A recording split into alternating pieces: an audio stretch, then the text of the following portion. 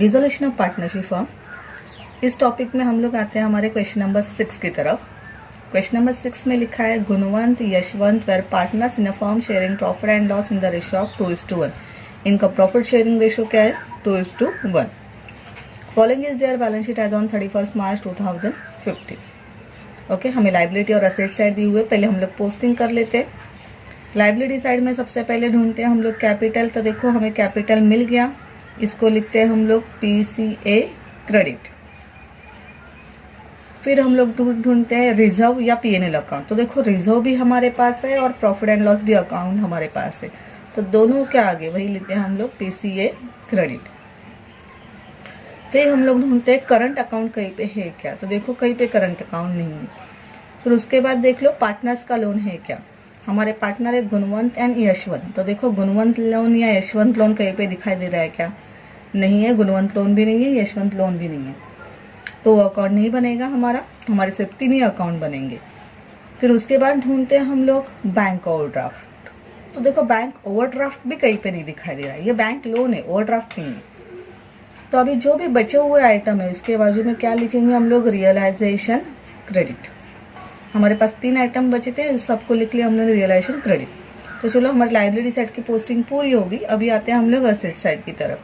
Asset में सबसे पहले ढूंढते हैं हम लोग कैश एट बैंक या कैश बैंक। तो देखो कैश बैंक हमें मिल गया, इसको लिखते हैं हम लोग CB डेबिट। फिर हम लोग ढूंढते हैं PNL अकाउंट या मिसलेनियस एक्सपेंस है क्या। तो नहीं है। करंट अकाउंट या कैपिटल अकाउंट, वो भी नहीं है असेट साइड में। तो अभी जो भी हमारे बचे हुए आइटम है या असेट्स है उसको क्या लिखेंगे हम लोग? Realisation debit. एक हमारा एक्सेप्शनल आइटम होता था RDD, लेकिन इस समय देखो RDD नहीं है तो छोड़ दो उसको। इस तरह से पूरी बैलेंस शीट की पोस्टिंग पूरी हो गई। अभी आते हैं हम लोग एडजस्टमेंट की तरफ। एडजस्टमेंट में लिखा है on the about that the firm was dissolve on following terms. पहली adjustment, the assets realize as building, machinery, stock and debtor. तो चलो इस एडजस्टमेंट, सबके सब एडजस्टमेंट किसके ऊपर है? हमारे असेट्स के ऊपर। तो सबसे पहला इफेक्ट क्या होगा हमारा? Realisation credit. याद रखो ये क्यों लिख रहे हैं हम लोग? असेट्स कहाँ पे जाते हैं? रियलाइजेशन अकाउंट के डेबिट साइड में। इसके लिए उसके ऊपर एडजस्टमेंट आ गई, इसलिए पहला इफेक्ट कहाँ पे जाएगा? रियलाइजेशन अकाउंट के क्रेडिट साइड में। कहीं पे भी पार्टनर्स का नाम मतलब गुणवंत और यशवंत का नाम नहीं है, इसलिए सेकंड इफेक्ट जाएगा cash bank account debit. Second adjustment, furniture was taken over by Gunwant at book value. Furniture हमारे लिए क्या है? असेट। असेट के ऊपर एडजस्टमेंट आ गई, इसके लिए इफेक्ट क्या डालेंगे हम लोग? पहला इफेक्ट हमारा डिसाइडेड है रियलाइजेशन क्रेडिट, और इस एडजस्टमेंट में किसका नाम है? गुणवंत का, इसलिए सेकंड इफेक्ट जाएगा PCA debit. Third adjustment, creditors allowed discount of ₹6,000। Creditors हमारे लिए क्या है? लाइबिलिटी। लाइबिलिटी के ऊपर एडजस्टमेंट आ गई। लाइबिलिटी कहाँ पे डाल के रखते हैं हम लोग? क्रेडिट साइड में। इसके लिए उसका पहला इफेक्ट कहाँ पे जाएगा? रियलाइजेशन अकाउंट के डेबिट साइड में। सेकंड इफेक्ट, कहीं पे भी देखो पार्टनर्स का नाम नहीं है, तो सेकंड इफेक्ट जाएगा कैश बैंक के क्रेडिट साइड में। लास्ट वाली adjustment, realisation expense amounted to ₹1000। Realisation expense ये भी हमारे लिए क्या होती है? हमेशा लाइबिलिटी। इसको डिसोल्यूशन एक्सपेंस या डिसोल्यूशन कॉस्ट भी बोलते हैं हम लोग। तो ये भी एक बार लाइबिलिटी के ऊपर एडजस्टमेंट आ गई, कहाँ पे डालेंगे हम लोग? पहला इफेक्ट रियलाइजेशन डेबिट। पार्टनर्स का नाम नहीं है कहीं पे, इसलिए सेकंड इफेक्ट जाएगा कैश बैंक अकाउंट क्रेडिट। इस तरह से हमारी पोस्टिंग पूरी हो गई। अभी क्वेश्चन नंबर 6 के आंसर की तरफ आते हैं हम लोग। यहाँ पे देख लो हम लोगों ने सब पोस्टिंग करके रखी है, एडजस्टमेंट के इफेक्ट लग के रखे हैं। इसको अभी हमें हमारे नोटबुक में कॉपी करना है। इसके लिए हम लोगों ने 3 अकाउंट बनाए, realisation account, capital account and cash bank account. Partners loan account हम लोगों ने नहीं बनाया क्योंकि कहीं पे भी क्वेश्चन में गुणवंत लोन या यशवंत लोन हमें नहीं दिया था। अभी हम लोग पोस्टिंग करना स्टार्ट कर लेते हैं। सबसे पहले हम लोग स्टार्ट कर लेते हैं हमारे असेट साइड पे। असेट साइड पे सबसे पहले क्या दिख रहा है हमें? कैश एट बैंक, जिसके आगे क्या लिखा है हम लोगों ने? CB debit. तो कैश एट बैंक पे आएंगे हम लोग, डेबिट साइड में लिखेंगे टू बैलेंस ब्रॉट डाउन। इसके पीछे का लॉजिक याद है ना? कैश एट बैंक नाम भी सेम है, अकाउंट का नाम भी सेम है, इसलिए हम लोग क्या लिखते हैं? To balance brought down. उसके बाद सबके सब असेट के आगे क्या लिख के लिखा है हम लोगों ने? एक ही बार लिखा है रियलाइजेशन डेबिट। तो हम लोग जाएंगे रियलाइजेशन के डेबिट साइड में, लिखेंगे टू असेट्स अकाउंट, इसको अंडरलाइन कर लेंगे। सबसे पहला वाला असेट है हमारा बिल्डिंग, उसके बाद का असेट है हमारा मशीनरी, उसके बाद का असेट है फर्नीचर, स्टॉक, डेटर्स। सबके सब असेट हम लोग ने लिख लिए। अभी उसकी अमाउंट लिख लेते हैं हम लोग। बिल्डिंग की अमाउंट है हमारी 70,000, मशीनरी की अमाउंट है 50,000, फर्नीचर की 25,000, स्टॉक की 24,000 और डेटर्स की अमाउंट है हमारी 45,000। ओके, तो हम लोगों ने हमारे सबके सब असेट लिख दिए। अगर इन असेट की टोटल कर लेंगे हम लोग तो हमें मिल जाएगा 2,65,000। ये असेट की टोटल हो गई। अभी देखो असेट साइड में कुछ भी नहीं बचा है। कैश बैंक था, हम लोगों ने कैश बैंक अकाउंट में डाल दिया। असेट हम लोगों ने सबके सब रियलाइजेशन के डेबिट में डाल दिए। अभी लाइबिलिटी साइड पे आते हैं हम लोग। लाइबिलिटी साइड में सबसे पहले लिख के रखा है बैंक लोन, जिसके आगे हम लोग ने लिखा है रियलाइजेशन क्रेडिट। तो इसको अगर हम लोग डालने जाते तो देख लो आर क्रेडिट लिखे हुए कितने आइटम है, तो टोटल हमें 3 आइटम दिखाई दे रहे, bank loan, creditors, unpaid expense. तीन लाइबिलिटी के आगे हम लोगों ने आर क्रेडिट लिखा है, तो इनको एक ही साथ लिखेंगे हम लोग। डालेंगे यहाँ पे बाय लाइबिलिटीज। कौन कौन सी लाइबिलिटी है? सबसे पहले बैंक लोन, फिर उसके बाद क्रेडिटर्स और फिर उसके बाद अनपेड एक्सपेंस। बैंक लोन की अमाउंट कितनी है? 15,000। क्रेडिटर्स की अमाउंट कितनी है? 40,000। अनपेड एक्सपेंस की अमाउंट कितनी है हमारी? 1,000। तीनों लाइबिलिटी हम लोगों ने इनर कॉलम में क्यों लिखी हो समझ में आया ना, क्योंकि एक से ज़्यादा लाइबिलिटी इसलिए हम लोगों ने इनर कॉलम में लिखी। इनके टोटल अगर हम लोग कर लेंगे तो हमें मिल जाएगा 56,000। तो ओके, अभी देखो यहाँ पे क्या लिखा है? General reserve. इसके आगे लिखा हम लोगों ने पीसीए क्रेडिट। तो आते हम लोग पीसीए मतलब कैपिटल अकाउंट के पास। यहाँ पे याद रखो ऊपर की लाइन नहीं लिखेंगे हम लोग, क्योंकि ये जगह हमेशा बैलेंस ब्रॉट डाउन की होती है। तो हम लोग जनरल रिजर्व लिखेंगे बाय जनरल रिजर्व। कितना है हमारा जनरल रिजर्व? 12,000। क्या लिखा है हम लोगों ने? PCA credit. तो 12,000 हमें पीसीए क्रेडिट मतलब गुणवंत और यशवंत के अकाउंट में हमें डालना है। लेकिन इसके लिए हमें क्या यूज करना पड़ेगा? उनका प्रॉफिट शेयरिंग रेशियो, जो कितना हमारा 2:1। चलो उसको डिस्ट्रीब्यूट कर लेते हैं हम लोग। जनरल रिजर्व कितने हमारी जनरल रिजर्व की अमाउंट? 12,000। किस में बांटना है हमें? गुणवंत एंड यशवंत में। मैंने सिर्फ इनिशियल लिखे उनके, क्योंकि नाम बहुत बड़े हैं। जनरल रिजर्व की अमाउंट थी 12,000। गुणवंत और यशवंत, गुणवंत का रेशो था 2, यशवंत का रेशो था 1, डिवाइड बाय उनकी टोटल। 2 और 1 की टोटल कितनी होती है? 3। 3 1 जा 3, 4 जा 12। उसके हिसाब से यहाँ पे आया 8,000 और यहाँ पे आया 4,000। तो जनरल रिजर्व की अमाउंट कितने में डिस्ट्रीब्यूट हो गई? 8,000 एंड 4,000। वो अकाउंट में लिख लेते हैं हम लोग 8,000 एंड 4,000। ओके, उसके बाद bank loan, general reserve, creditors, unpaid expense, इनकी तो पोस्टिंग हो गई। अभी क्या बचा है? Profit and loss account. इसको भी क्या लिखा हम लोगों ने? PCA credit. तो उसको भी वही डाल देंगे हम लोग by profit and loss account. कितनी अमाउंट है? 6,000। पीसीए क्रेडिट मतलब एक बार फिर से हमें उन दोनों में बांटना पड़ेगा। जैसे जनरल रिजर्व बांटता था हम लोगों ने, वैसे ही करेंगे हम लोग। प्रॉफिट एंड लॉस अकाउंट किस में बांटना हमें? Gunwant and Yashwant. Profit and loss account की अमाउंट थी हमारी 6,000। गुणवंत का रेशो क्या था? 2/3 और यशवंत का 1/3। 3 1 जा 3 2 जा। इस हिसाब से गुणवंत के लिए आ जाएगा 4,000, यशवंत के लिए आ जाएगा 2,000। ये हम लोग लिख लेंगे उनके अकाउंट में। गुणवंत में 4,000, यशवंत में 2,000। तो चलो हम लोगों ने bank loan, general reserve, creditors, unpaid expense, profit and loss इनको डाल दिया। अभी क्या बचा? सिर्फ कैपिटल। कैपिटल के आगे भी क्या लिखा हम लोगों ने? PCA credit. तो इसको भी पीसीए क्रेडिट में डाल दे देते। लेकिन इसको क्या लिखते हैं हम लोग हमेशा? Balance brought down. Same logic, account का नाम कैपिटल, आइटम का नाम भी कैपिटल, इसके लिए इसको लिखेंगे हम लोग बैलेंस ब्रॉट डाउन। अमाउंट दोनों की भी है 75,000, 75,000। तो इस तरह से हमारी पूरे बैलेंस शीट पोस्ट हो गई। अभी आते हैं हम लोग हमारे एडजस्टमेंट के ऊपर। तो सबसे पहले एडजस्टमेंट क्या लिखे हुए यहाँ पे कि on the about date the firm was dissolve on the following terms. First adjustment है हमारी द असेट्स रियलाइज एज, और यहाँ पे हम लोग लिख के लिखा है आर क्रेडिट सीबी डेबिट, ये हमारा इफेक्ट है, डायरेक्टली उसका ही हम लोग इफेक्ट डाल देते रियलाइजेशन के क्रेडिट में और कैश बैंक के डेबिट में। रियलाइजेशन में के क्रेडिट में किसका नाम लिखेंगे हम लोग, कैश बैंक का, और कैश बैंक में किसका नाम लिखेंगे हम लोग, रियलाइजेशन का। यहाँ पे हमें डिटेलिंग देंगे हम लोग, यहाँ पे हमें डिटेलिंग की ज़रूरत नहीं, हम लोग यहाँ पे क्या लिखेंगे असेट्स रियलाइज या असेट सोल्ड। यहाँ पे हम लोग डिटेलिंग देंगे। तो सबसे पहला असेट क्या लिखा है हम लोगों ने, बिल्डिंग। बिल्डिंग की अमाउंट कितनी लिखी है 60,000। फिर उसके बाद मशीनरी, मशीनरी की अमाउंट कितनी दिखाई दे रही है हमें 40,000। फिर उसके बाद स्टॉक, स्टॉक की अमाउंट कितनी दिखाई दे रही है 20,000।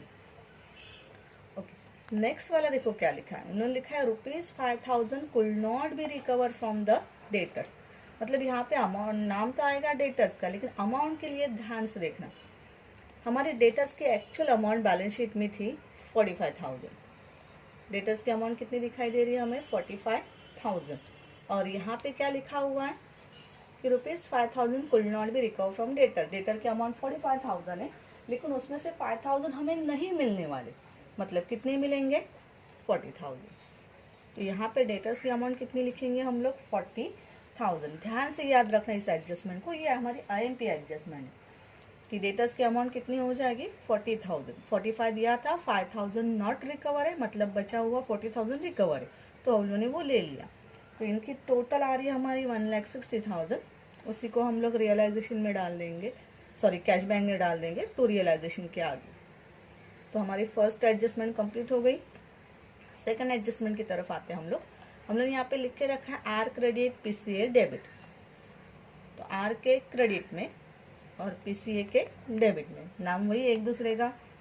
आर के क्रेडिट में नाम लिखेंगे हम लोग कैपिटल अकाउंट, और कैपिटल में नाम लिखेंगे हम लोग रियलाइजेशन अकाउंट। लेकिन किसका कैपिटल वो देखना पड़ेगा, गुणवंत या यशवंत का। देखो इस एडजस्टमेंट में नाम किसका था, गुणवंत का। तो यहाँ पे अगर जगह नहीं है तुम लोगों को तो इनिशियल यहाँ पे भी लिखा करो बाय जी कैपिटल, मतलब गुणवंत कैपिटल अकाउंट। और यहाँ पे हमने लिख लिया। डिटेलिंग हम लोग यहाँ पे देंगे, ये क्या है हमारे लिए फर्नीचर। यहाँ पे भी लिखना है तो लिख सकते हैं हम लोग फर्नीचर। ओके, एडजस्टमेंट में कहीं पे भी उन लोगों ने वैल्यू दी नहीं है। क्या बोली है, बुक वैल्यू। बुक वैल्यू मतलब हम लोग बैलेंस शीट की या जो हमने डाल के रखी है वो भी वैल्यू ले सकते हैं। कितनी हमारी वैल्यू 25,000। फर्नीचर की वैल्यू हमारी 25,000, तो वही लिखेंगे हम लोग दोनों तरफ 25,000। और गुणवंत में ही 25, यशवंत में नहीं डाल रहे हम लोग, सिर्फ गुणवंत में डाल रहे। क्यों, क्योंकि एडजस्टमेंट के ऊपर सिर्फ गुणवंत का नाम था। Third adjustment creditors allow discount of ₹6,000 if it है realisation debit and cash bank credit. यही लिख के रखा है ना हम लोग, realisation debit cash bank credit. तो रियलाइजेशन के डेबिट में और कैश बैंक के क्रेडिट में। रियलाइजेशन में नाम लिखेंगे हम लोग टू कैश बैंक, और कैश बैंक में नाम लिखेंगे हम लोग बाय रियलाइजेशन। क्या है हमारे नाम, किसके ऊपर एडजस्टमेंट है हमारी, क्रेडिटर्स के ऊपर। ओके, क्रेडिटर्स ने क्या बोला है, डिस्काउंट है ना यहाँ पे। तो हमारे क्रेडिटर्स की एक्चुअल अमाउंट कितनी दिखाई दे रही है हमें, क्रेडिटर्स की हमारी एक्चुअल अमाउंट हमें दिखाई दे रही थी 40,000। तो क्रेडिटर्स की अमाउंट है 40,000 और 6,000 का वो लोग हमें दे रहे हैं डिस्काउंट। तो 40 - 6, क्रेडिटर्स की अमाउंट हमारी 40,000, उसके माध्यम से डिस्काउंट हम लोगों ने क्या कर दिया -40 - 6, 34,000 हमारी अमाउंट होगी। तो दोनों जगह पे वही लिखेंगे हम लोग 34,000। तो चलो यहाँ पे सेकंड एडजस्टमेंट भी थर्ड एडजस्टमेंट भी कंप्लीट हो गई हमारी। अभी आते हैं हम लोग लास्ट एडजस्टमेंट की तरफ, जहाँ पे इफेक्ट हमने लिख के रखा है फिर से एक बार आर डेबिट CB क्रेडिट।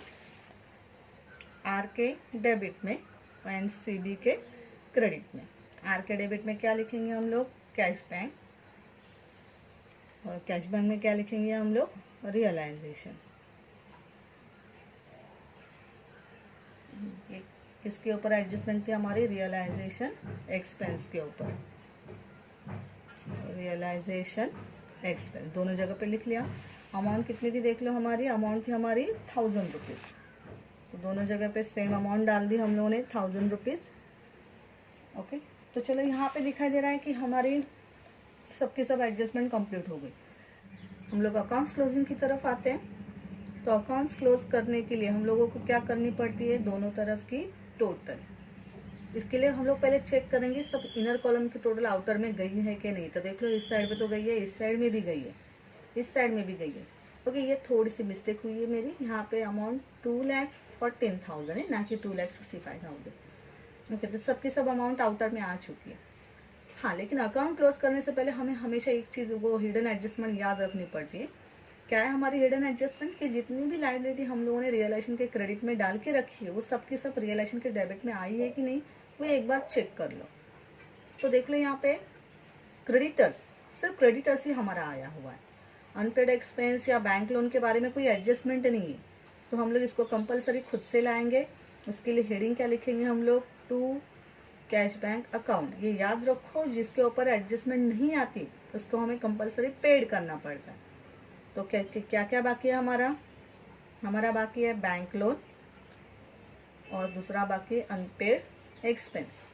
तो उसी को लेंगे हम लोग। बैंक लोन की अमाउंट थी 15,000, अनपेड एक्सपेंस की अमाउंट थी 1000, 15 + 1 16,000।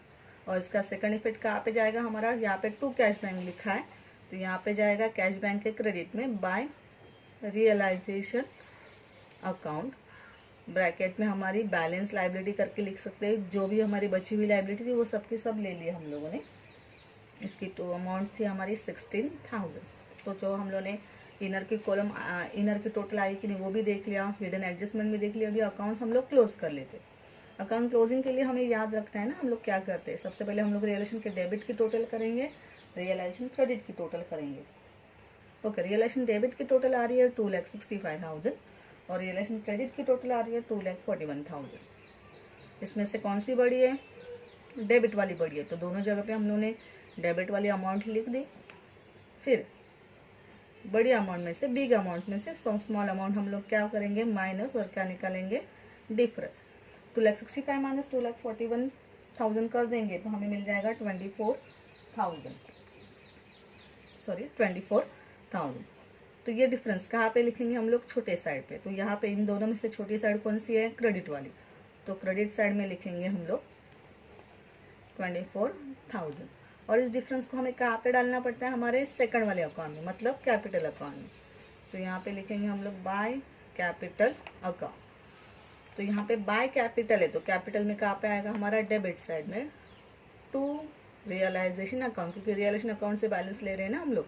कितना था हमारा बैलेंस, 24,000। ये दोनों में हमें बांटना है, गुणवंत और यशवंत में। इसके लिए हम लोग वही वर्किंग नोट करते हैं।